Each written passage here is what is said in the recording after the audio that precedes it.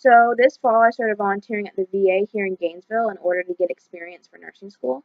And Alyssa Holder is the nurse manager that I work with at the hospital. And so she serves as my supervisor, and she also supervises the rest of the healthcare staff and, fixes problems that happen on the unit as well as coordinates with other floors to, easily transfer and receive patients. She kind of just manages everything that happens on the hospital floor. And so I wanted to interview her specifically because I want to go into a nursing leadership position as a nurse practitioner in the future. And, I wanted to be able to kind of, have a foundational understanding now of what nursing leadership is and how it's different than leadership in other fields. And on top of that, though, I wanted to understand like why she makes decisions and what processes she uses to make these decisions. I had seen the effects of her leadership, personally, and how her that happened in interactions with other staff members as well as myself. But I never really asked her like what her thought process was when she was making these decisions. So that's kind of something I really wanted to focus on in the interview. And when it came to setting up the interview, it was super easy. It was as simple as sending her an email about, my crazy professor that wanted me to interview somebody. And she set aside time the very next day that I came in to interview with her.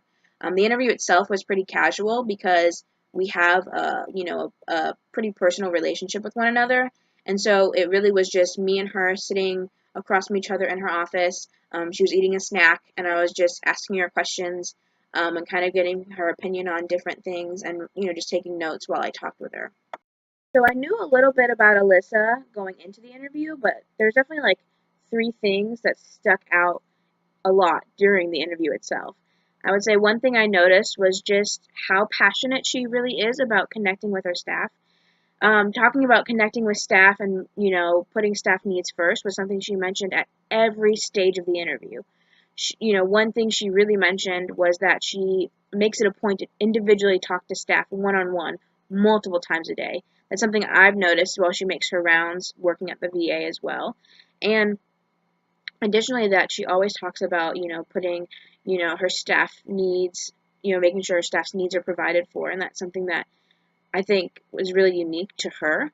Another thing that I noticed was how much she is willing to advocate for her staff. So during my time with her, she had to expand her unit, basically double in size, which is a daunting task for anybody. And she had to approach her bosses and approach higher up boards at the hospital and say, and present them with cases saying, this is the staff that I need and this is why. This is the equipment I need and this is why. And that, definitely took a lot of guts to be able to kind of advocate for the patients that the unit cares for as well as her staff. And that's something she does outside of this situation as well. She always tries to make sure that her staff is recognized for the great work that they do. And the last thing is just how calm she can remain during stressful times. Trying to expand your unit, that much is really daunting. And she says that she's stressed, but during the interview, I never picked up on it. And while looking around her office during the interview as well, everything was geared towards kind of centering her, surrounded by pictures of the people that she holds dear, and surrounded by things that calm her down, and just creating an environment that kind of allows her to center herself and kind of allows her to put a good foot forward in working with her staff.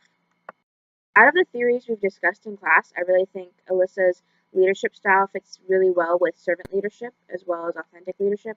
In regards to servant leadership, I think, the ideas of putting followers first and helping others to grow and succeed, as well as empowering, were things that she really exemplifies. She consistently said throughout the entire interview, she kept saying, it's all about them. I put them first. I do this for them in regards to her staff. And, she recognized that their health and happiness is not only important, but it's directly related to the success of the unit as a whole. One thing is that when she was, writing performance reviews for different nurses, instead of just saying, here's what you did well, here's what you did bad, okay, go fix it, she made a point to go, this is what you do amazing. And what can we do together? What can I help you with? What can you do to bring all of your work up to that amazing level? And so that actually led to a lot of initiative being shown by her staff. And one of the staff actually, organized a visit to another medical step-down unit at another hospital to kind of see what they can improve on as a unit. And when it comes to authentic leadership, I think, the ideas of purpose and passion, as well as relationships and connectedness, are really important to Alyssa. She has a passion for nursing and improving the healthcare of patients. And I think that passion, provides her purpose in her work. Her goal is to make sure that their medical step-down unit, their unit, is the best that it can be, that the care they provide is the best, that they hire great nurses, that these nurses are helped to do great things. And I think with relationships, I think she believes that, it starts with relationships and starts with connectiveness. And she strives to do that, and she strives to encourage her staff to do that as well.